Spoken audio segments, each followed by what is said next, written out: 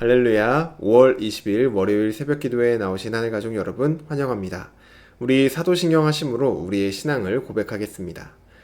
전능하사 천지를 만드신 하나님 아버지를 내가 믿사오며 그 외아들 우리 주 예수 그리스도를 믿사오니 이는 성령으로 잉태하사 동정녀 마리아에게 나시고 본디오 빌라도에게 고난을 받으사 십자가에 못 박혀 죽으시고 장사한 지 사흘 만에 죽은 자 가운데서 다시 살아나시며 하늘에 오르사 전능하신 하나님 우편에 앉아 계시다가 저리로서 산자와 죽은 자를 심판하러 오시리라. 성령을 믿사오며 거룩한 공예와 성도가 서로 교통하는 것과 죄를 사하여 주시는 것과 몸이 다시 사는 것과 영원히 사는 것을 믿사옵나이다. 아멘. 우리 찬송가 445장 태산을 넘어 험곡에 가도 함께 찬양드리겠습니다. 찬송가 445장 태산을 넘어 험곡에 가도 함께 찬양드리겠습니다. 태산을 넘어 험곡에 가도 빛 가운데로 걸어가면 주께서 항상 지키시기로 약속한 말씀 변치 않네. 하늘의 영광 하늘의 영광 나의 맘속에 차고도 넘쳐 할렐루야를 힘차게 불러 영원히 주를 찬양하리. 캄캄한 밤에 다닐지라도 주께서 나의 길 되시고 나에게 밝은 빛이 되시니 길 잃어버릴 염려 없네. 하늘의 영광 하늘의 영광 나의 맘속에 차고도 넘쳐 할렐루야를 힘차게 불러 영원히 주를 찬양하리. 광명한 그 빛 마음에 받아 찬란한 천국 바라보고 할렐루야를 힘차게 불러 날마다 빛에 걸어가리. 하늘의 영광 하늘의 영광 나의 맘속에 차고도 넘쳐 할렐루야를 힘차게 불러 영원히 주를 찬양하리. 아멘. 오늘 아침 우리에게 주신 하나님 말씀 사도행전 9장입니다. 사도행전 9장 19절에서 31절까지 말씀입니다. 사도행전 9장 19절에서 31절까지 말씀입니다. 제가 가지고 있는 성경 신약성경 203쪽에 있습니다. 사도행전 9장 19절에서 31절까지 말씀입니다. 다 찾으신 줄로 알고 오늘 아침 우리에게 주신 하나님 말씀 우리 합독하도록 하겠습니다. 19절입니다. 음식을 먹음에 강건하여지니라. 사울이 다메섹에 있는 제자들과 함께 며칠 있을새 즉시로 각 회당에서 예수가 하나님의 아들이심을 전파하니 듣는 사람이 다 놀라 말하되 이 사람이 예루살렘에서 이 이름을 부르는 사람을 멸하려던 자가 아니냐. 여기 온 것도 그들을 결박하여 대제사장들에게 끌어가고자 함이 아니냐 하더라. 사울은 힘을 더 얻어 예수를 그리스도라 증언하여 다메섹에 사는 유대인들을 당혹하게 하니라. 여러 날이 지나매 유대인들이 사울 죽이기를 공모하더니 그 계교가 사울에게 알려지니라. 그들이 그를 죽이려고 밤낮으로 성문까지 지키거늘 그의 제자들이 밤에 사울을 광주리에 담아 성벽에서 달아 내리니라. 사울이 예루살렘에 가서 제자들을 사귀고자 하나 다 두려워하여 그가 제자됨을 믿지 아니하니 바나바가 데리고 사도들에게 가서 그가 길에서 어떻게 주를 보았는지와 주께서 그에게 말씀하신 일과 다메섹에서 그가 어떻게 예수의 이름으로 담대히 말하였는지를 전하니라. 사울이 제자들과 함께 있어 예루살렘에 출입하며 또 주 예수의 이름으로 담대히 말하고 헬라파 유대인들과 함께 말하며 변론하니 그 사람들이 죽이려고 힘쓰거늘 형제들이 알고 가이사랴로 데리고 내려가서 다소로 보내니라. 그리하여 온 유대와 갈릴리와 사마리아 교회가 평안하여 든든히 서가고 주를 경외함과 성령의 위로로 진행하여 수가 많아지더라. 아멘. 기도드리겠습니다. 사랑의 하나님, 감사합니다. 오늘 이 아침도 우리를 불러주셔서 하나님을 예배하고 주님의 말씀을 들을 수 있도록 인도해 주시니 감사드립니다. 하나님, 우리에게 주신 이 하루를 우리의 생각과 우리의 뜻과 우리의 판단과 우리 힘으로 우리가 계획하여서 보내는 것이 아니라 정말 주님께서 말씀하신 대로 주님의 뜻을 따라 하나님을 위하여 하루를 온전히 주님께 올려드리길 원하오니 우리의 삶과 우리의 하루와 우리의 시간을 주님께서 받아 주시옵소서.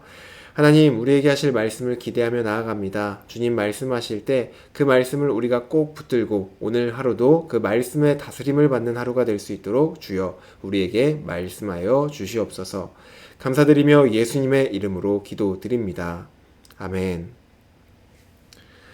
할렐루야. 오늘 우리 함께 읽은 사도행전 9장 19절에서 31절까지 말씀으로 하나님 말씀 함께 나누고자 합니다. 네, 오늘 우리가 함께 읽은 본문에는 예수님을 만나 이제 180도 변화된 바울, 사울이었다가 바울로 변화된 그 바울이 등장합니다. 바울은 아직 사울이었던 시절 그는 다메섹에서 예수 그리스도를 믿는 자들을 잡기 위해 대제사장에게 찾아가 체포할 수 있는 공문을 받아왔습니다. 이제 체포할 공문도 받았겠다 사울은 위풍당당 다메섹을 향하여 갔습니다. 그런데 다메섹에 가까이 이르렀을 때 예수님께서 사울에게 나타나셨죠. 예수님을 믿는 자들을 잡기 위해 다메섹으로 가던 사울은 자신을 찾아오신 주님을 만나고 예수님을 따르기 시작합니다. 오늘 우리가 함께 읽은 이 본문은 이러한 배경 속에서 바울이 예수 그리스도를 증거하며 발생한 몇 가지 해프닝들, 몇 가지 사건들을 다루고 있습니다. 첫째로 예수님을 만나 완전히 변화된 바울은 예수님을 믿는 자들을 잡던 자에서 예수 그리스도를 전하는 자로 변화되었습니다. 오늘 본문 20절을 보시면 바울은 회당에서 예수 그리스도가 하나님의 아들이심을 전파합니다. 이것은 주변 사람들로 하여금 너무나도 놀라운 장면이었습니다. 21절을 보시면 사람들이 다 놀라며 이렇게 말을 하죠. 아니, 이 사람은 예루살렘에서 예수의 이름을 부르는 사람들을 멸하려던 사람이 아닌가? 그가 여기 온 것도 예수 믿는 자들을 결박하여 대제사장에게 끌고 가려 한 것이 아니냐? 그런데 어찌하여 저 사람이 지금 예수를 전하고 있는 것인가? 라며 매우 놀랐습니다. 바울이 예수님을 전한 것은 절대로 일어날 수 없는 일, 상상조차 할 수 없었던 일이 지금 눈앞에서 펼쳐지고 있는 것이었습니다. 바울의 모습을 본 사람들의 당황스러움은 예를 들어 이렇게 좀 표현할 수 있을 것 같습니다.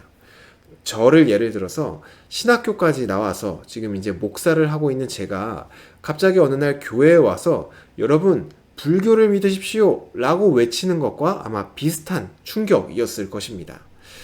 여러분들은 제가 이런 소리를 하고 있는 모습을 보았을 때 이게 도대체 무슨 소리를 하는 건가 라고 생각하시며 당황하시겠죠.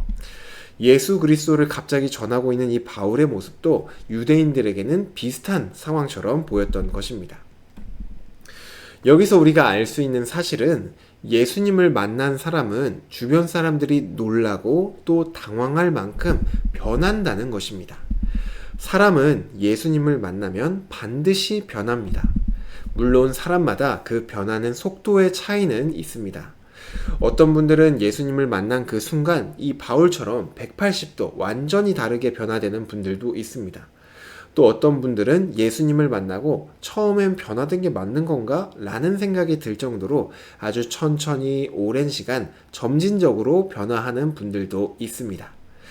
우리는 바울처럼 예수님을 만나고 나의 인생이 이전과 전혀 다른 삶으로 순식간에 변화되기를 원하죠. 마음으로는 원합니다. 나도 이 바울 선생님처럼 예수님을 믿고 완전히 180도 바뀌어서 정말 주를 위해 살고 주를 위해 죽는 그런 인생을 살고 싶다 라고 이제 생각을 합니다. 하지만 대부분의 경우는 오히려 바울이 아니라 다른 여느 제자들처럼 천천히 시간이 지남에 따라 점차 변화되어져 갑니다. 여기서 우리가 한 가지 오해하지 말아야 될 것이 무엇이냐 하면은 이 예수님을 믿고 사람은 반드시 변화한다고 하였는데 우리가 집중해야 될 것은 변화되는 속도가 아니라는 것입니다. 예수님을 만나고 변화하는 것은 누가 빨리 변하나 이런 경쟁을 하기 위한 것이 아닙니다.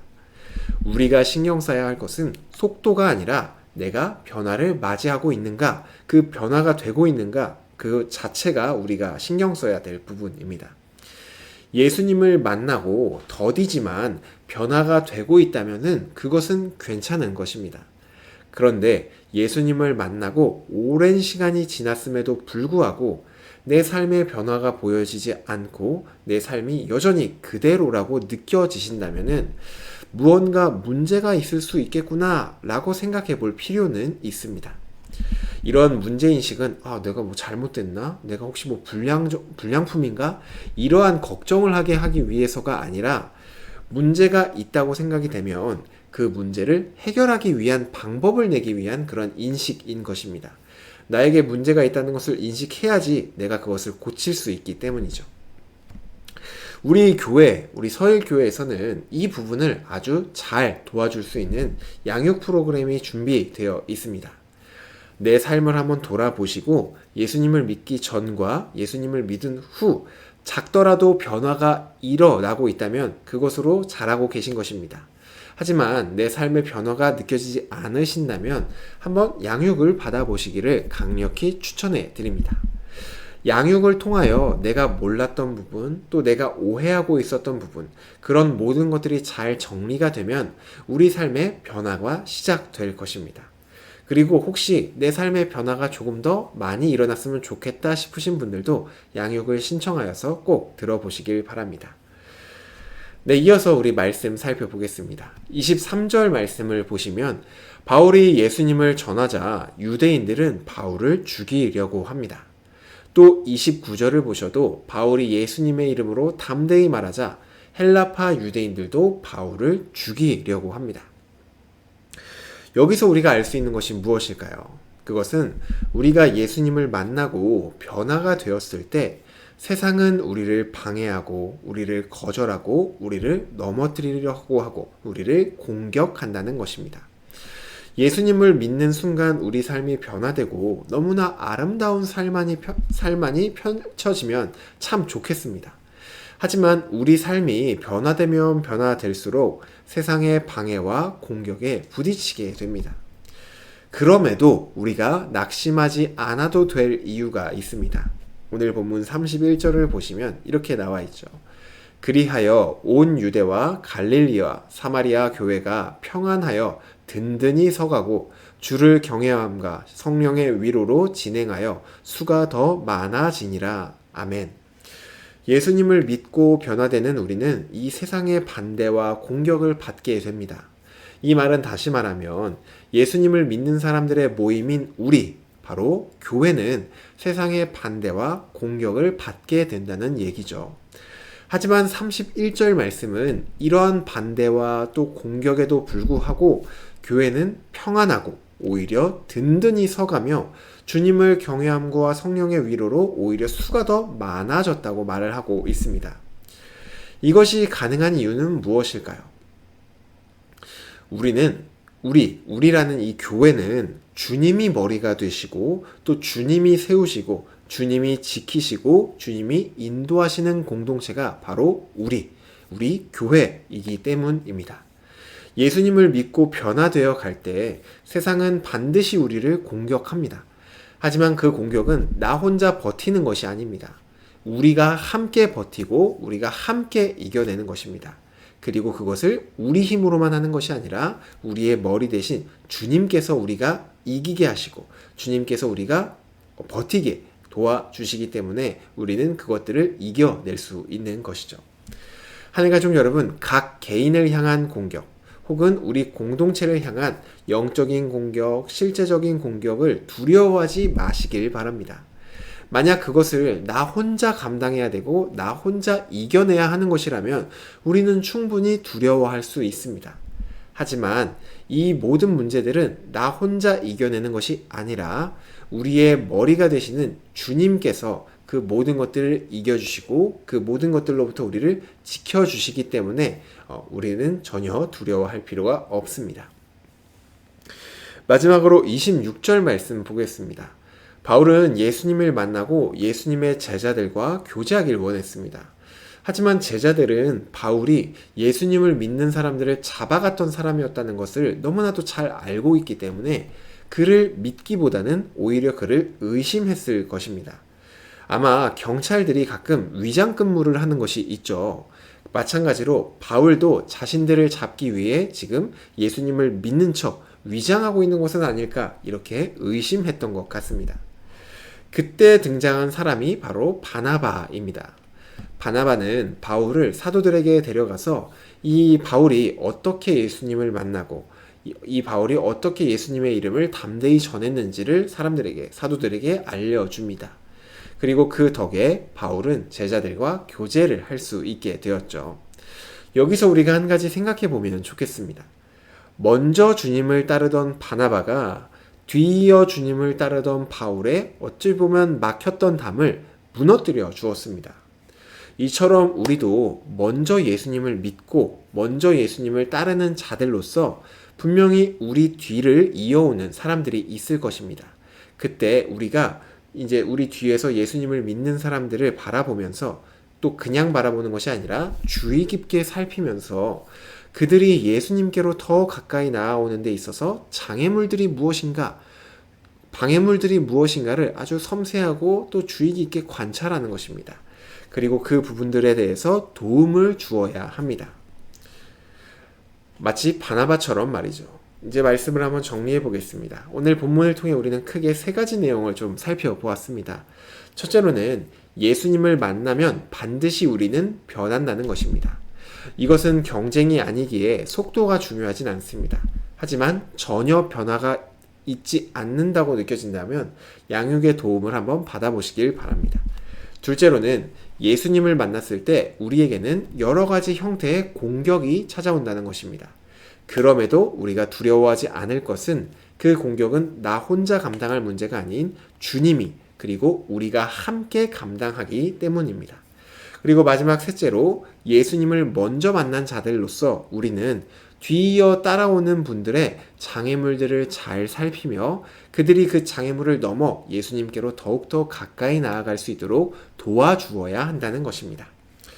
예수님을 만나 함께 변화되고 또 예수님을 만나 함께 이겨내고 예수님을 만나 함께 키워가는 예수님을 따르는 자들을 함께 키워가는 우리 서울교회가 되기를 주님의 이름으로 축복합니다.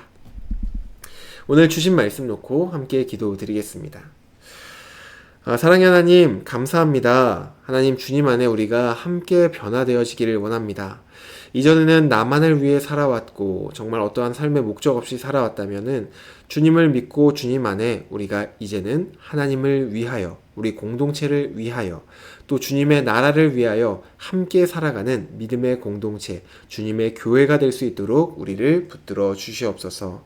또한 주님, 우리가 어떠한 문제를 만났을 때 그것을 나 혼자 감당하고 어려워하고 힘들어하는 것이 아니라 우리 공동체가 함께 힘을 모아 그 모든 것들을 함께 이겨내는 공동체가 될 수 있도록 인도하여 주시옵소서. 무엇보다 그것도 우리 힘으로 이기는 것이 아니라 우리의 머리 되시며 우리를 지켜주시는 주님의 도우심으로 이겨내는 믿음의 공동체 될 수 있도록 주여 우리를 붙들어 주시옵소서. 또한 주님, 우리가 나만 잘되고 또 먼저 된 자들로서 우리만 잘되는 것이 아니라 뒤이어 예수님을 믿고 예수님을 알아가고 있는 우리 후세대들에게 어떤 필요나 장애물들을 잘 살펴서 그들이 주님께 더욱더 가까이 나아갈 수 있도록 돕는 그러한 믿음의 선배들이 될 수 있도록 우리를 붙들어 주시옵소서. 우리 삶을, 우리 공동체를 주님 손에 맡겨 드립니다. 주님의 나라를 위하여 우리를 사용하여 주시옵소서. 이 모든 말씀 예수님의 이름으로 기도드립니다. 아멘. 네, 오늘 예배를 마쳤습니다. 네, 특별한 광고사항은 없지만 오늘부터 이번 한 주간 담임 목사님께서 제가 기억하기로 판교 쪽에 있는 교회로 세미나를 한 주 동안 가십니다. 그래서 하루하루 왔다 갔다 하시는 일정이기 때문에 가고 오고 그 모든 과정 안전 지켜주시고 그 세미나를 통하여서 또 주님과 더욱더 가까워지는 은혜의 시간이 될 수 있도록 우리 목사님을 위해서도 기도해 주시길 바랍니다. 네, 오늘 하루도 주님 안에 승리하시는 그러한 하루 되시길 바랍니다.